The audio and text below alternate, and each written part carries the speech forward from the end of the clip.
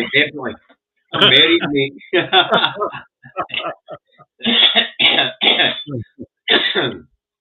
Right, better get Facebook on board now. Yeah. Anyway, I've got one of these for you. Oh, thank you. Yes. Because you're definitely a wankier and all. Yeah. As I was saying to you when I showed you the one that the one in Karen sent for you, that I didn't quite get it first time when I seen it. Yeah. And what I actually thought was that Karen and Lynn had joined the Labour Party. But the minute Sarah seen it, she started fucking laughing. She says, "What's that?" She says, "You can't put that on. You see what they two are calling you." Wonderful. Well, of course, it's a description of hair care. I'll just bring up. There we go. Two Davies. 59 watching. She says, "What's that?" "You can't put that on. You see what they two are calling you." Always amazing how far behind. Well, of course, it's a description. Turn the sound up for that, David. I'll just bring up. There we go. Oh, we're flying in. We're flying in the door. Hi guys, good afternoon. Before we get into the channel, David, I'm going to put up a channel analytics for Graham Ross, who thinks we're wasting my time. Yes. Because he said, why should we bother for only 600 odd views or 700 odd views and 100 likes? I'll tell you why. It's about a cumulative effect, David. So we'll put up the channel analytics, shall we? Please do. Okay. Now remember, folks, we're only on the 13th of the month, so we're not all the way through the cycle. The cycle. Now, on the last month's cycle, we were up at 28,000 views by the end of the month. On the 13th, we're up at 23 the now, so by the time we get to the end of the month, our cut-off date's about the 21st, David, so in about 7 days' time, or 8 days' time, we should be up at the 28,000 because, let's get through it. Your channel got 2,298 views in the last 28 days. It's a wee bit more than that now, but it only updates every 24 hours. The watch time in hours since the beginning of this cycle, which is for when Google pays us to when they pay us again next time, we got 6,900 watch hours on our channel, which is 1,200 more than usual. Yeah. We're one subscriber down. Somebody hit the subscribe button till we get up to normal with subscriber. And we've made £537.52 thanks to you guys and a wee bit of advertising revenue. And in the last 48 hours, our channel has had 2,123 views. So that's no bad. That's 1,000 odd views a day. So, Graham, you were wondering why we do it? Well, we don't just do it because our audience and ourselves are all part of a big community. We do it because there is a cumulative effect apart from what you see here on the live. Yeah. We get more views after the live than what we get on the live. Hi, Kaz. Also, looking back when we started, it's like you're talking like 28,000 views thereabouts, right? Aye. It's like we took it as a good day when we got like 4,000 views. Aye, in the month. Yeah, in the month. So, fuck's sake, man. So, you know, when you're whacking in 2,000 views every 48 hours, yeah, that's a good through rate, David. Yeah, I know. Hey, for a channel your size, that's a good few rate. It's down to these guys. Aye. And the size of our live audiences as well are comparable with channels 10 times our size. Yeah, that's right. So, anyway, let's see who's in, shall we? Right, we've got Lorraine, Stephen, Chris. Hi, Chris. Mad Monk, Kirsty Falls, Ian Matheson. Hi, Ian. Christ almighty, hiya. Don't forget Desiree, Alex, Wee Bird. Doug's on there dealing with Scotland today, or Scotland now, sorry, all by himself. So, well done, Doug. Aye, great. I see Kaz is in. The proud producer of this bloody t-shirt I'm wearing. Yeah. Hey, Kaz, Sarah says, says to me, I can't put that on, she's calling you a wankier. Okay, but it's brilliant. Well done, Kaz. Well done, Lynn. As usual, you put a smile on my face. 38 waiting to join. What's that all about? It's public. Come on in. Hi, Evelyn. Hey, John. How are you, mate? John Bell, a friend of yours who lives down in England. Smashing fella. Hi, Lorraine. Another smashing fella. So see, that's what I mean about being a big community. That's what makes it worth doing. You know? Yeah. We are a big community here. Hi, Carlin. Anyway, David, I suppose we better get started, shall we? Yes. Yeah. Not all good. Not all good. But we'll do our best.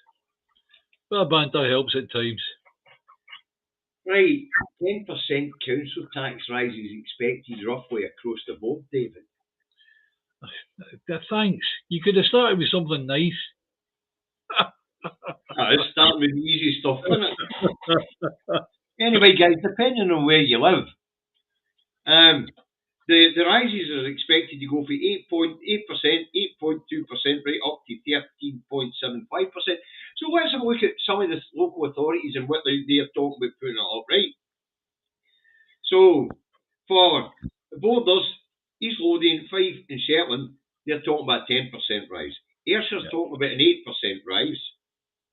Well, there's three areas in Ayrshire, so between them... Glasgow's talking about a 5% rise. Oh, but they go there, David. Inverclyde's talking about 8.2%. Perth and Kinross is a bit like Glasgow. They're not going too high. They're looking at 6%. Glasgow, 5%. South Lanarkshire are looking at 13.75%. North Lanarkshire's, they're arguing between 7.44% and 13.76%. So roughly 10% across the board, across the 32 local authority areas, David, when you average it out. You know, not great. Not great. You know, you've got to understand that within the budget for Scotland, the councils were well dealt with. Aye. Well dealt with. And yet they've still managed to do that.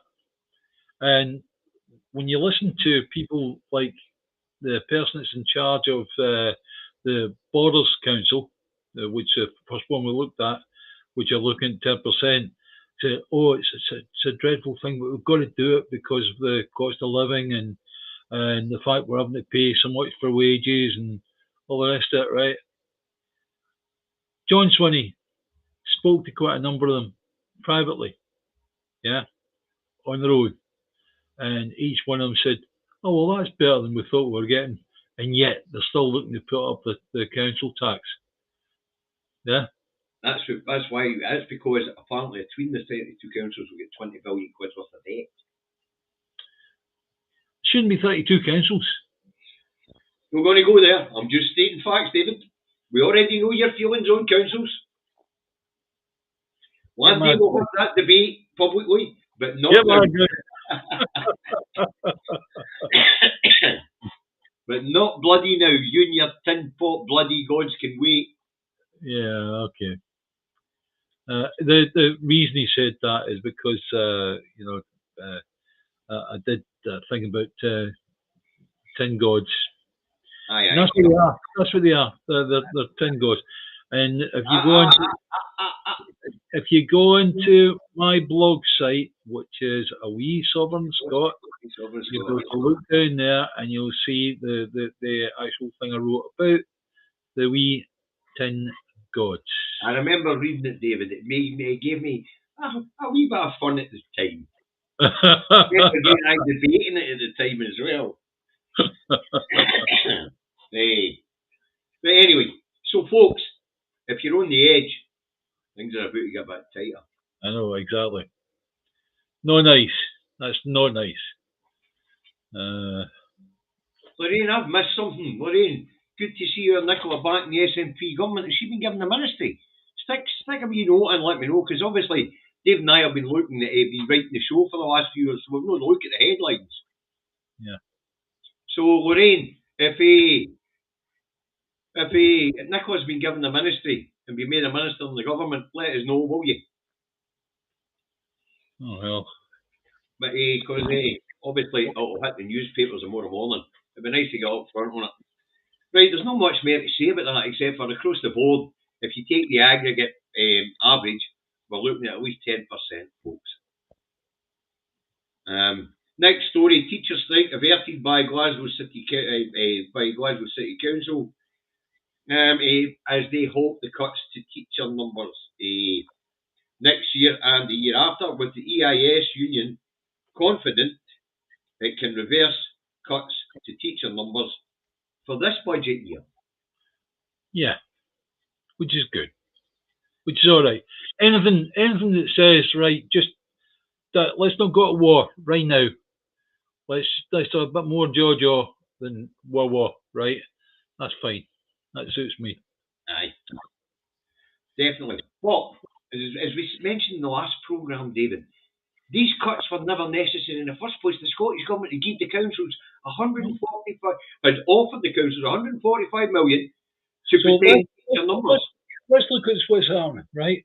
Uh-huh. They're taking up the council tax by stupid amounts, right? Aye. Cut out all the services. A lot of services have gone from most of the councils, right? And yet, when it comes to teachers, which they're in charge of, I know how important the teachers are, and they're given money. There's a lump of money that keeps all those teachers in place. They go, no, give us the money, we're still getting rid of the teachers. That is your bloody councils. Aye. But I say we'll stay off at 10 Port Gods now. So good news for the Glasgow area. The strikes that were due to go ahead on the 21st of this month have now been called off. Yeah.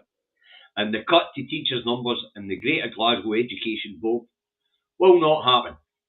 Yeah. Which is bloody good news. Thanks, Stephen. Thank you very much. Here another one. Thanks again. Are you seeing super chat there? Right. I don't see it on the list. Right. The comments are moving very fast. They're moving faster for me, David, because I've got two sets of comments coming through. You know. Yeah, I've got the YouTube one here and I can't see it. Right. Sorry. It moves fast. Yeah. Hey. Don't want to talk about backlogs in hospitals, to be fair. We were looking at the English numbers when we were going through the papers earlier, and you're talking about more than 2 day waits and A&E. 2 day waits in A&E. Dreadful. Absolutely nuts. So, there you go. So, teachers right, this one's a cracker, David. I think I've taken this one down, but I'll put it back out again. Sarwar says government response to closure of Grangemouth not good enough, and Starmer has told his Scottish MPs they have not to mention Grangemouth. Now this comes in the wake of don't mention the G word. Right, don't mention Grangemouth at all. There's no open their mouth on Grangemouth. That's saying they've been clamped. Now this comes in the wake, of course, of Brian Leishman, Labour MP for Grangemouth and Alloa, getting off his fucking dinger at Starmer and telling him that he deliberately misled the people of Scotland in that last election. Yeah. Now, I found it was funny that he was going after Starmer on this until I seen a wee video somebody sent me into Facebook, and it was a Labour staffer who worked in the accounting office when it was still in Glasgow. They moved it to Newcastle, as you know. Yeah. Well, this guy didn't want to go to Newcastle. He had no low stuff in the Newcastle, so he quit, and then he quit the party. And he came out and made it clear that every Wednesday night in that branch office, they would get a phone call from London setting the agenda for the Labour Party in Scotland for the next week, including the questions that Sarwar was to ask at First Minister's questions each Thursday. Yeah. And he was making it clear that there is no separate Scottish Labour and that there are no separate Scottish Labour policies. Everything is dictated to him from on high in the Labour Party, and there is only one Labour Party. So what's the benefit of the Labour Party given the impression that there is a Scottish branch. What actually is the benefit of that to Labour? Because there must be some perceived that there must be some benefit they think about that we can't see. What's the reason for that? They want the Scottish people to think devolution works. But we know it doesn't, because it doesn't work properly anyway as a democratic institution. Because we were talking about this budget and what happens if it doesn't pass, and we were talking, well, the other parties put forward budget proposals to see if they can get them through. Labour and the Tory never write them. They never write one. That's right. Because and that means at the end of 28 days, I believe, after that period, there would be an election. An election would actually be called. Aye, so you're talking about 6 weeks, 4 weeks. There's only one party, and amongst all the parties right now that would want an election. Which one's that? Reform. Reform UK would want an election right now. Oh, aye, Reform. But Labour, Tory, even the SNP, because time's not right, they haven't the time to prepare, right? But those other ones, they're just looking at blackness. They're looking at being knocked out. Labour, gone. Tory, gone. Yeah. What's interesting about that, though, when the Labour MPs have been told to shut up, Anna Sarwar then stands up and takes out Brian Leishman and says the response hasn't been good enough. Yeah. No. Because, of course, it was him that was made to look like a liar. Yeah. Yeah. He was made to look like a liar on a lot of fronts. Well, an easy way to make somebody like that look like a liar, if he's not, is basically tell him one thing and then say, "Oh, sorry," a week later. "Oh, sorry, that was wrong what we told you." But you and I pointed this out. He would make a pronouncement here, and then a week later, Starmer would be asked a question in England saying, "No, that's not happening."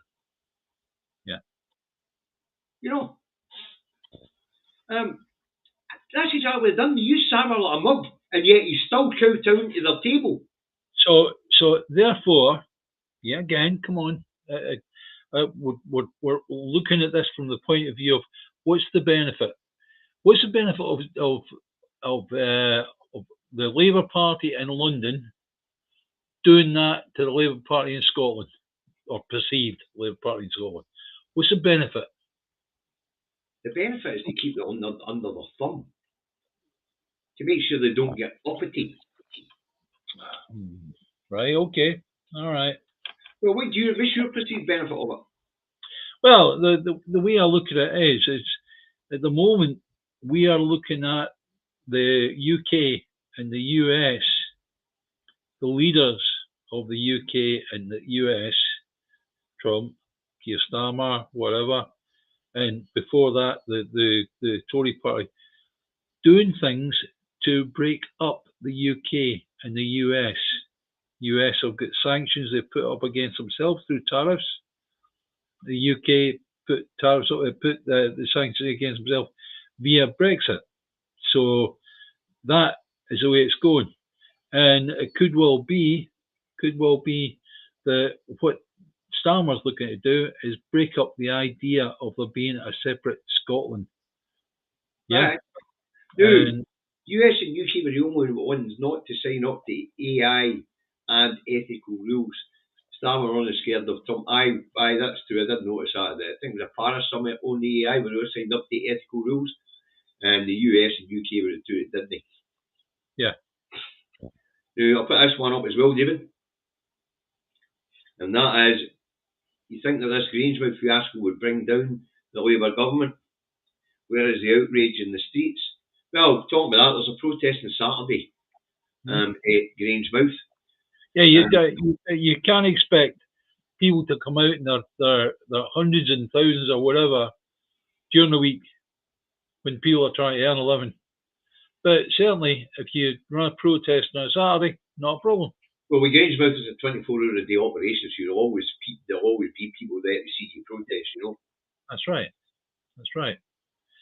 What's the point of a protest?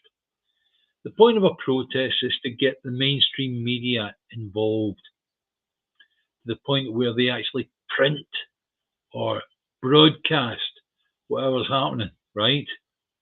Remember what we've got in this country. We have got unionist broadcasters, unionist printers, publishers, right? And that means then that somebody decides 1,000,000 people outside front door Grangemouth, and it's not broadcast. No. It's not printed. We've seen that down the road, and with Pet says Starmer is a liar. Starmer is a liar, but what we're learning now, and with Pet is that actually he's been fed these lines, and he might be gullible enough to believe them, especially on that election, because when he was making some of these proclamations about waspy women and things like that, Starmer was standing right next to him. Yeah. Standing right next to him. Yeah. Now,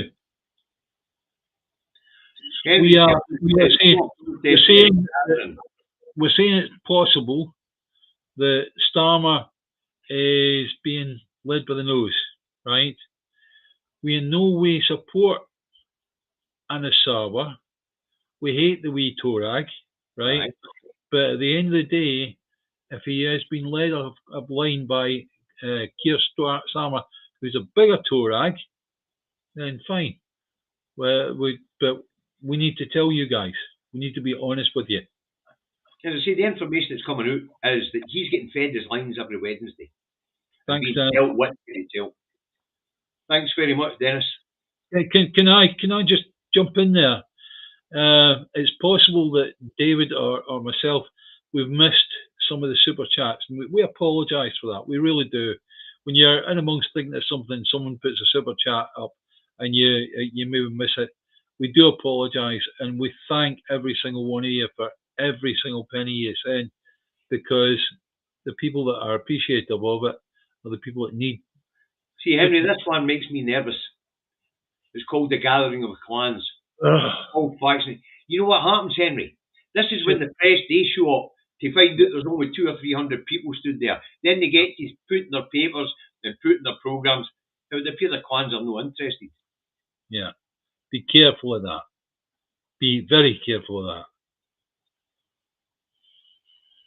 A protest is there to get these media companies involved.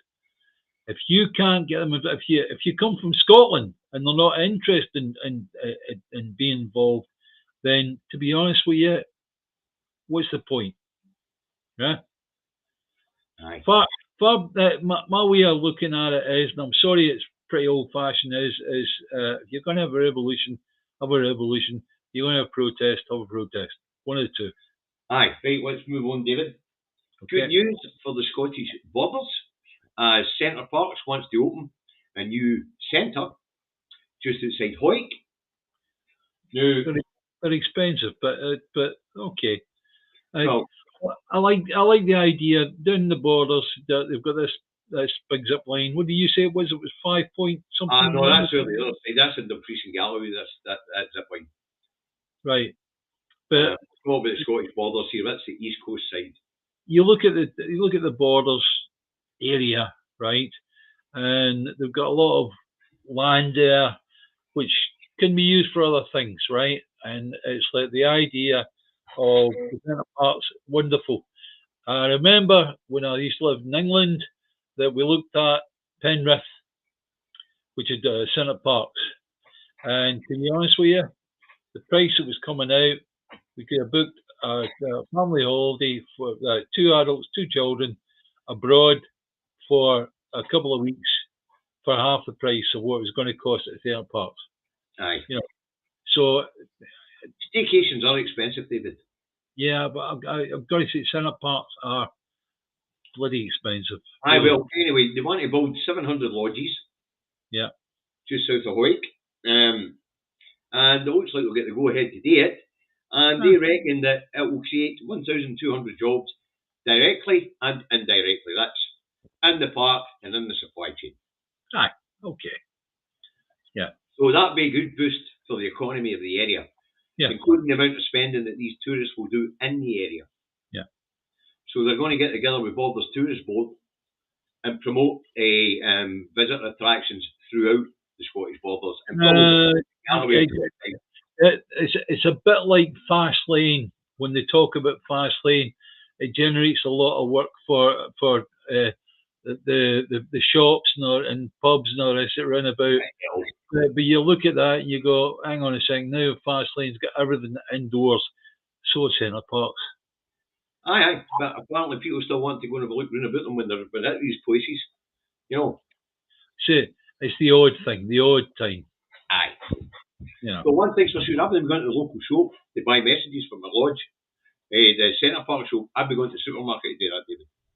Yeah, well, used to do that. I used to go to Haven holidays. Used to go to Caravan, right? And you think to yourself, I'll get everything at the supermarket down the road, right? And eventually you go, I can't be blowing bored. And all you do is just go to the blooming shop that's on the Caravan site. That's what's going to happen. Well, what we used to do, because we spent our youth growing up on the Caravan sites, you know.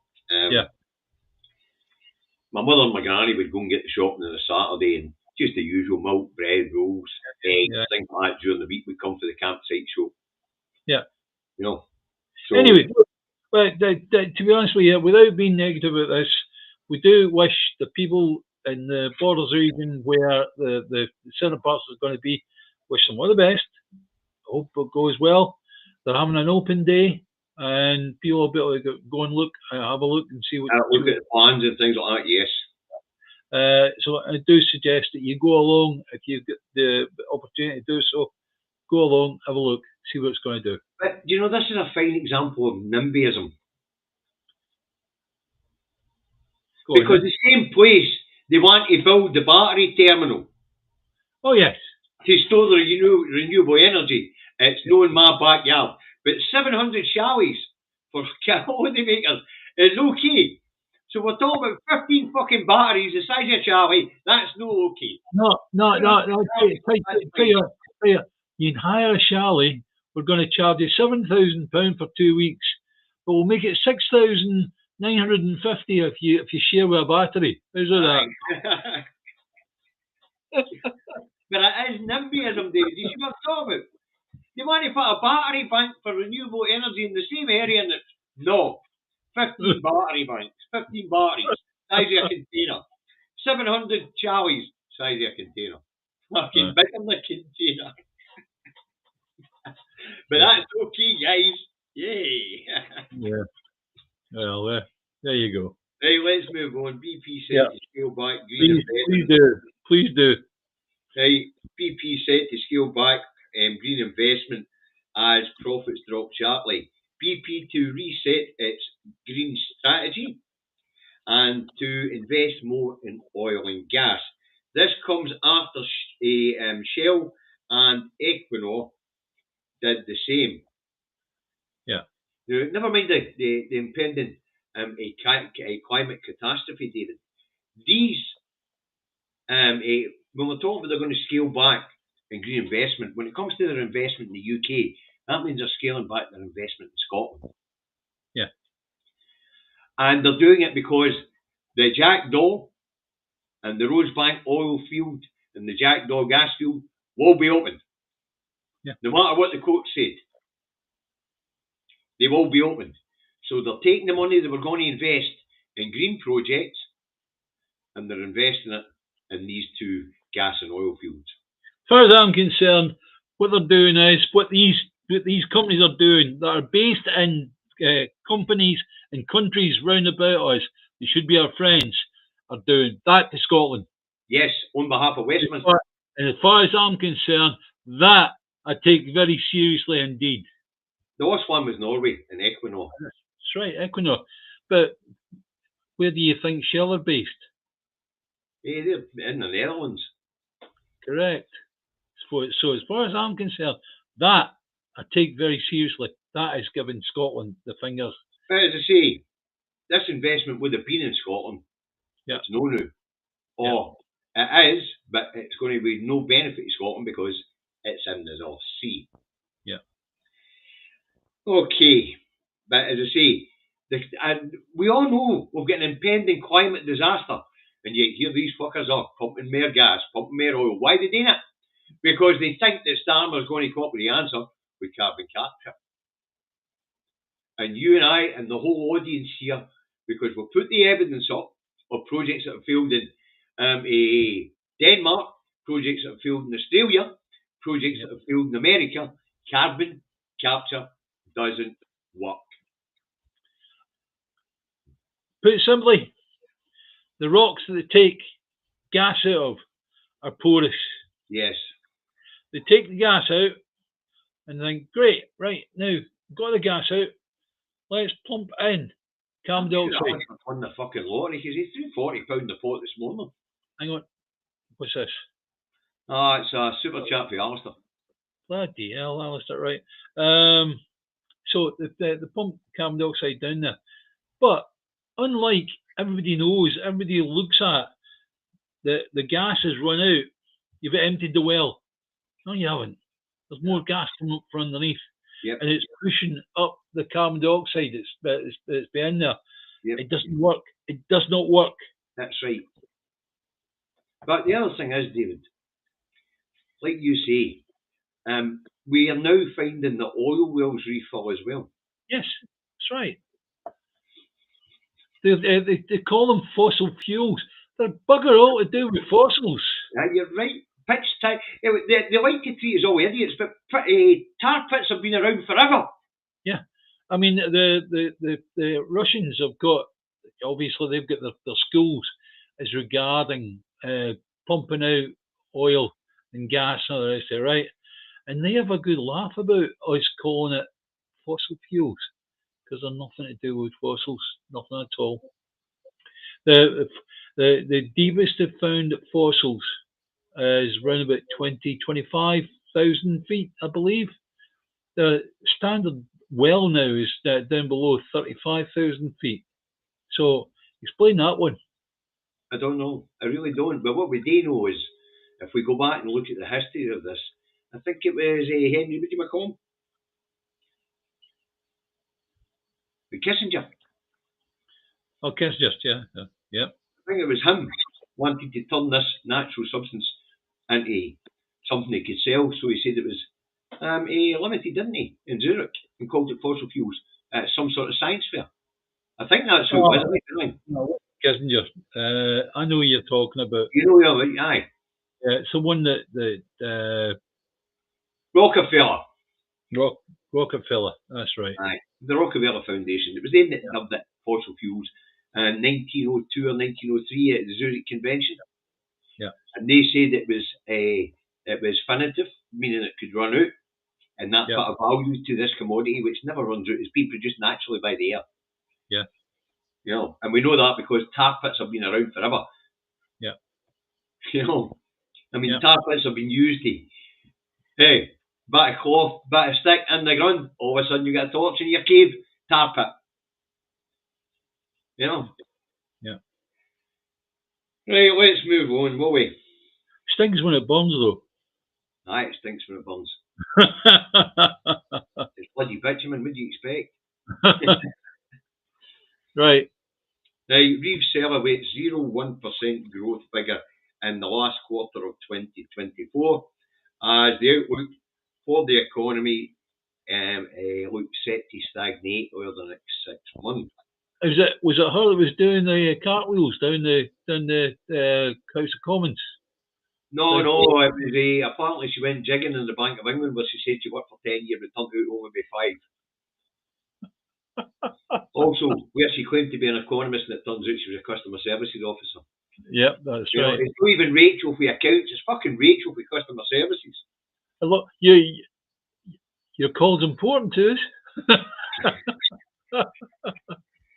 Anyway, the reason why she's cock-a-hoop about this is because earlier the Bank of England had cut interest rates and they hoped that would get people spending a wee bit more to get the economy moving because they cut their growth rate to 0.75 to 1.5. Yeah. Just stop that thing, right? Okay. Right. Quick, really, as quick as I can make it, discussion on what makes growth and what makes recession, right? You, all of you, you're the ones that make growth. You're the ones that make recession. You see something on TV that says, "Oh, it's going to be a bit tight in the future," and you might go, "Well, I was going to buy a new carpet for the living room. I maybe won't bother." That is the idea of a recession. It's all the little decisions that's made by everybody, Aye. and it's all down to seeing something that's not quite right, and all of a sudden it stops you from purchasing, making a decision. That's precisely how a recession happens, Aye. and growth as well. When things feel right, when they feel like normal standard, we all go and all the rest of it, right? What happens is the growth does go up the way. It can't go up the way David, because do you remember Boris Johnson? Brexit. We've got a thing called Brexit, and Brexit is stopping the UK from doing whatever. And there's lots of bad news come from that, which means that you constantly run across the bottom of the scale all the time. Right, Paul, we'll get to you in a wee minute. That's why I've put it up, right? Yep. But David, you're just explaining the wee Mrs. McComfort scenario that I put out, right? On the Yep. same thing as you're just saying. You know, Yep. wee Mrs. McComfort stopped spending. The difference says it's not the fact that her pocket's empty. She might have money in her pocket. She might have the money for her new carpet. It's the thought that maybe she's not going to have money in the future. End of. Aye. Now, David and I were looking at these figures earlier. Unfortunately, I've taken them down. When we opened up for the recession the first time, for the pandemic the first time, Boris Johnson was talking about the quickest growth in the G7. That's because people who had been locked up for the best part of a year had stored up a fair bit of cash and went out to spend it. So growth for that year was 10.6%. We then went into another lockdown. And then when we came out of that lockdown in 2022, growth was at 8.6%. Fast forward to 23, growth 0.4%. Yeah. 2024, growth 0.1%. Yes. This is basically what David's talking about there. He's talking about a particular quarter. And what we're discussing. No, I'm talking about years, but we're going to go into the quarter of the new with this guy. The last quarter in the year, right? No, I was talking about the full year, David. We could do the quarters as well if you want. 2022 was 2021, the final quarter of the year was 4.6. Yeah. 2022 after the second lockdown, I think it was 3.6. Yeah. 2023 final quarter 0.4%. Yeah. And then 2024 final quarter a 0.1%. But what Paul said here is, wasn't there an event called Christmas for people to spend a wee bit more? Here's the interesting thing, Paul. That's the 1 month where there was no growth. December. The growth came in October and November. Which tells you, come December, people were making the decisions David was talking about. So they spent less than normal. Yeah. So that's interesting that you bring that up, Paul. Because David and I were looking at the figures before we come on the programme. Yeah. You know, and you can check these figures yourself, folks. Yes. Remember, your friend what growth was for the final quarter of the past 10 years or the full 10 years. You know, you get the information. It's quite easy. But David and I were looking at it. From 1956 till now, the average growth in the UK economy was 2.26%. Yeah. Yeah. Which is damn low. Damn low. And when you take it, growth is projected for 2025 to only get as high as 0.75%, we're flatlined. Now, folks, remember, we've been in a technical recession since 2020. Also, it is very, very important to keep things depressed as much as possible when you're in big business where you're buying other businesses, because that means those other businesses that you're looking at become affordable, right? And at the end of the day, your oligarchs, your billionaires, and all the rest of it, they're the ones that win. They win all the time. But anyway, Rachel Reeves actually celebrating 0.1% growth for the last quarter last year. It can tell you how desperate they are. It tells you how bad things are when you're celebrating stagnating, because that's what that is. And remember, folks, we've been in a technical recession since 2020.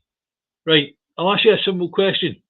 Scotland gets independence. What's to stop it from being exactly the same as the UK is now? Us. Correct. Absolutely. Us.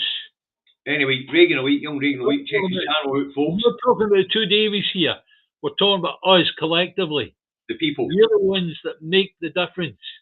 Aye. Now, folks, Reagan Elite's put a good point up there. People are not spending much at Christmas anymore. That is true. They still put on the big dinner. But, I mean, people tend to be giving to charity rather than giving presents. That's right. They certainly don't send Christmas cards at £1.76 a stamp. Yeah. So, young Reagan Elite's right. People are not spending much at Christmas anymore.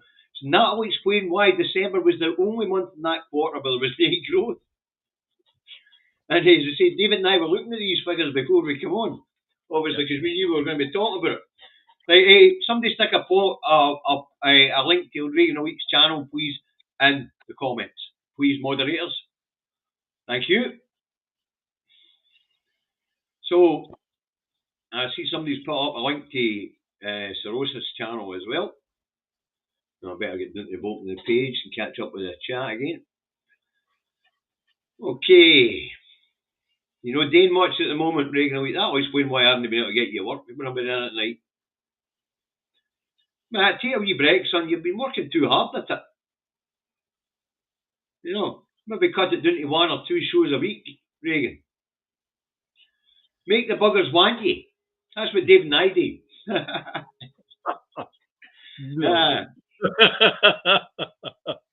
Right, this one, hey folks, this one's a fucking cracking con. David and I were looking at this, and I've got it here. I think I've got it here. No, I haven't. I've taken it. Look at the date first, or look at the year, and think what happens on that year. Aye. Now, what it is the housing minister doing that road. Let's have the page up first. Quick, put it up. I wasn't putting it up there. I don't have it up. I'll turn it down. I could find it. Right. And give me 2 seconds. I'll go back to the home page. Where are we? What on new towns? There we go. Building. Yeah, we'll put it up, David. This one's a con and a half. Yeah. You know when you're being fucked over when this nonsense comes out? Yes. Work on new towns to begin by 2029, Minister says. Let's get into this, because it's really quite good. So everybody watching, what's going to happen in 2029? Work on a number of new towns will begin before the next general election, after more than 100 locations across England were put forward for housing minister to Housing Minister Matthew Pennycook, and he's pledged they'll get underway.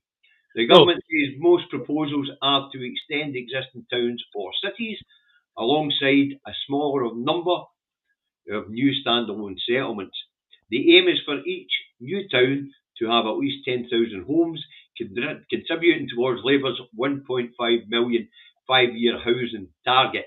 But what it then goes on to say is that these new towns, because of how long it's going to take planning and things like that to come in, because they will have 10,000 houses allocated to them, that will contribute to the overall figure of 1.5 million, whether they're built or not. Right? It's just because the planning applications going forward for these places, they're going to claim that's part of the 1.5 million, even though there'll be a brick laid. We reckon that then means that they will require only 150 planning applications. Yes. To make it work. And there's no way they're getting 150 planning applications in 5 years.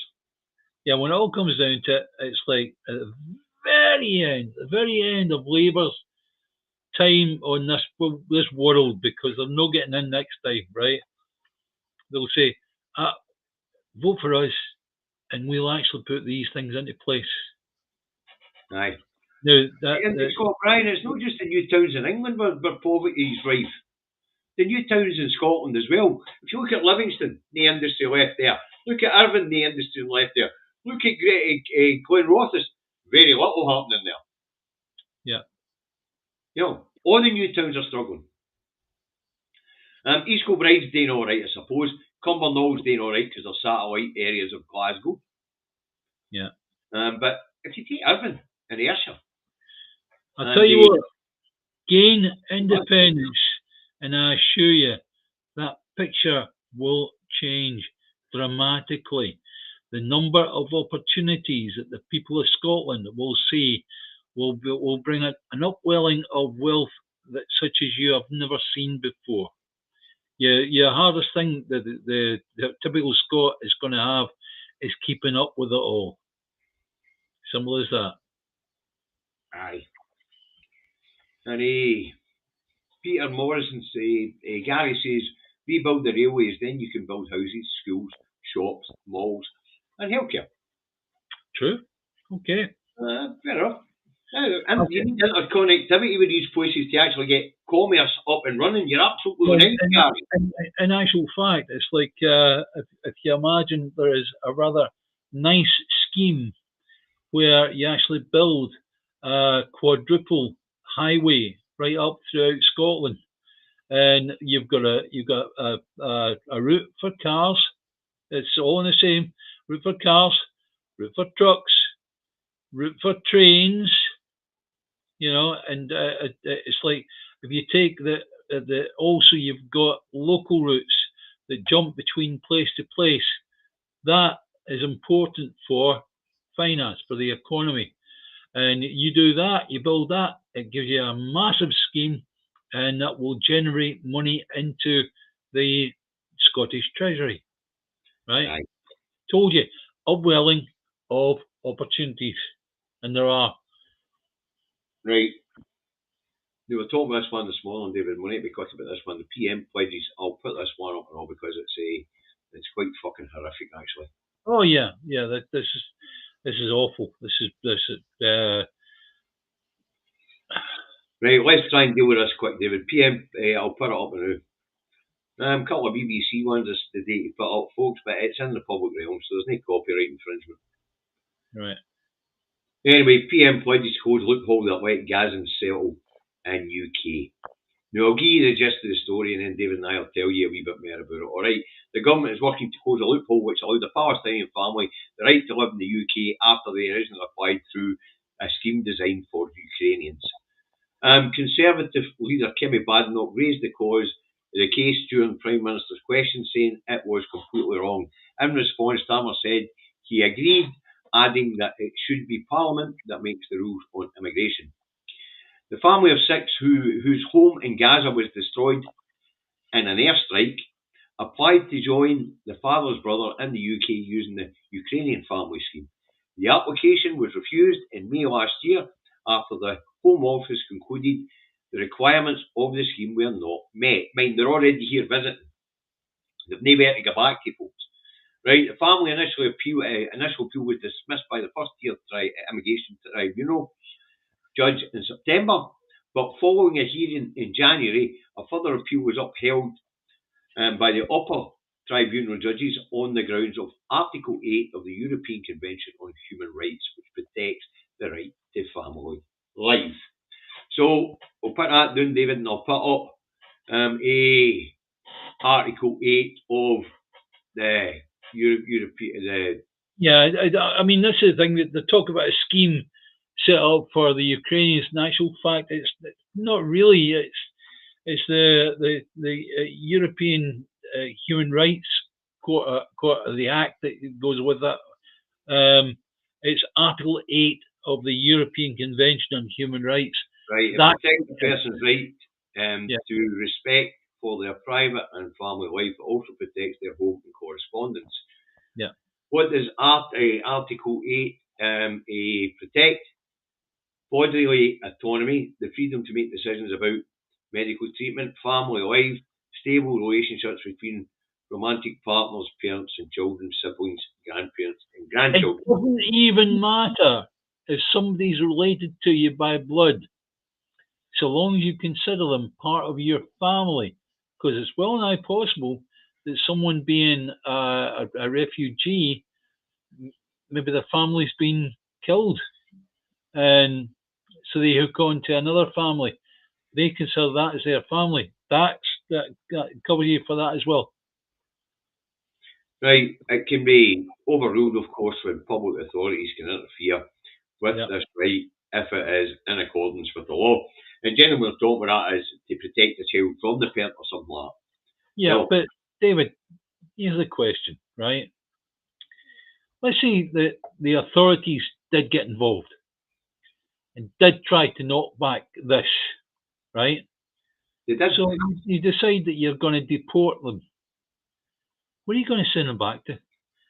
We're going to get to that point, but we'll tell you what, we'll take this down and we'll get there now. Now, Starmer's talking about, and Kimmy Badenoch were talking about, this can't be allowed to stand, appeal this. What they're going to do with these people when they win their appeal? Where the fuck are they going to send them? Yeah. Gaza's been flattened. The West Bank's being demolished as we speak. Yeah.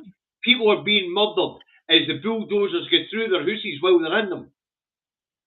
Where are they going to send these people back to? No, it comes down to why don't you just take up a gun and shoot them all and save you the problem? Anyway, That Starmer that's what Starmer and Badenoch are looking at doing. Hold on. Starmer tells Badenoch, aye, the Home Office is looking at this. And they're going to we'll bring legislation to Parliament because Parliament should do this and try and plug this gap, this loophole. What they're talking about, folks, if you want to know, we've just had Article 8 of the ECHR up. What Starmer's actually talking about is leaving the ECHR. Yeah.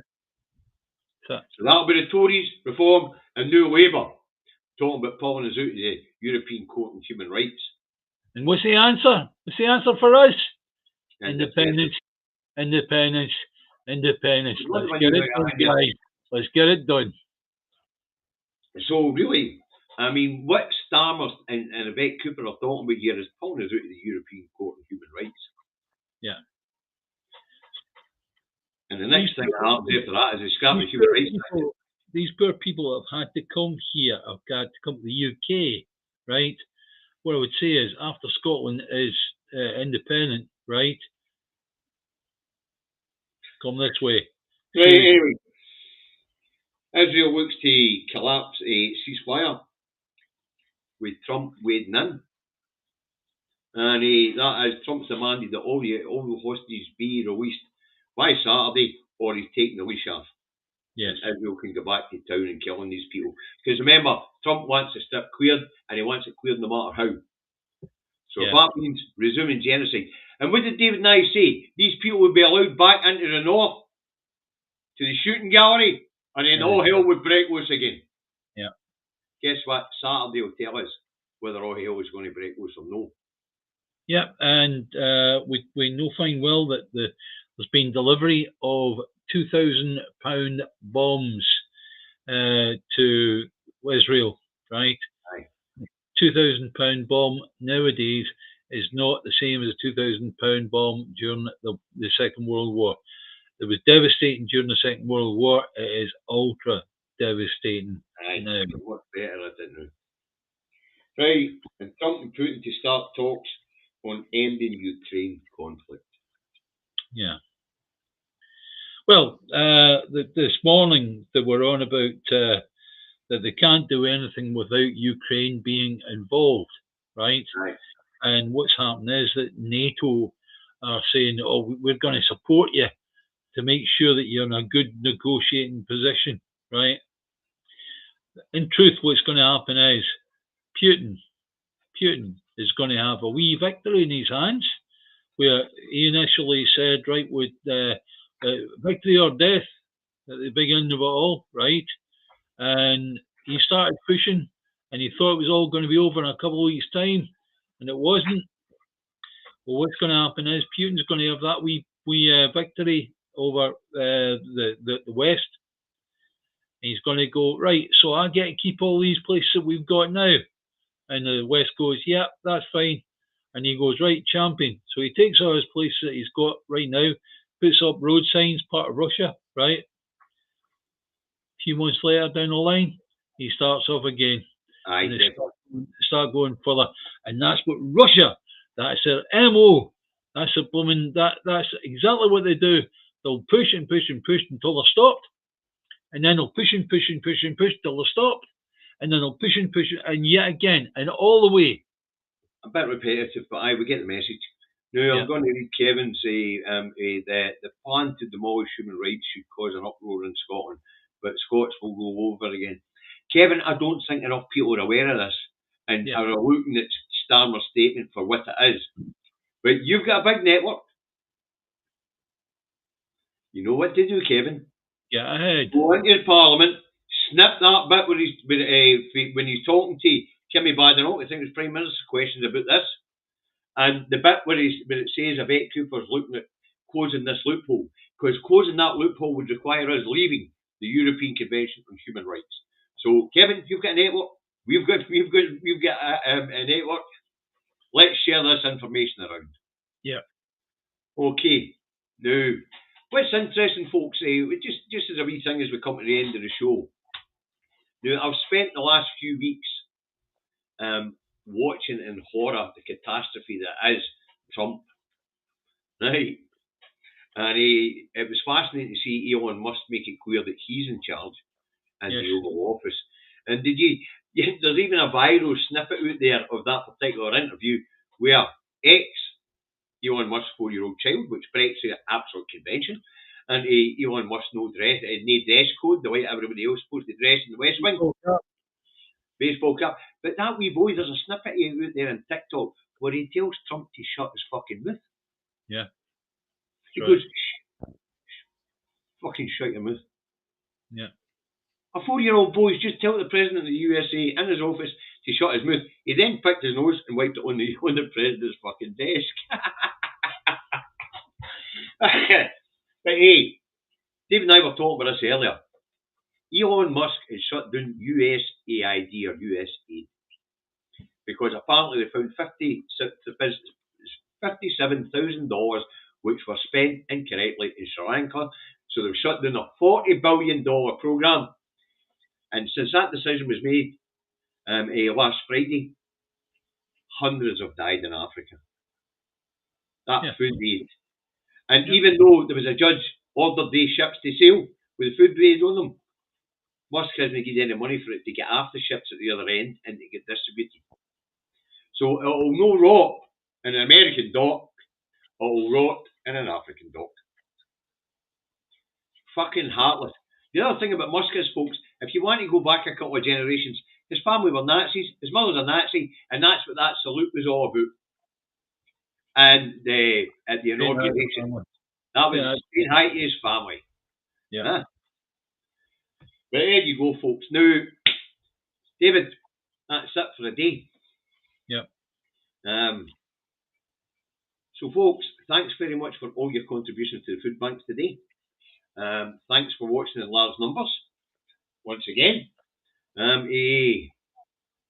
What do we call it? Thanks to the moderators. Please hit the like button, hit the subscribe button. It's up to you whether you hit the share button or no. Absolutely up to you. And that just leaves one thing left to say, David. Bye, Davey. Bye, guys. What? Try that again. Time for independence.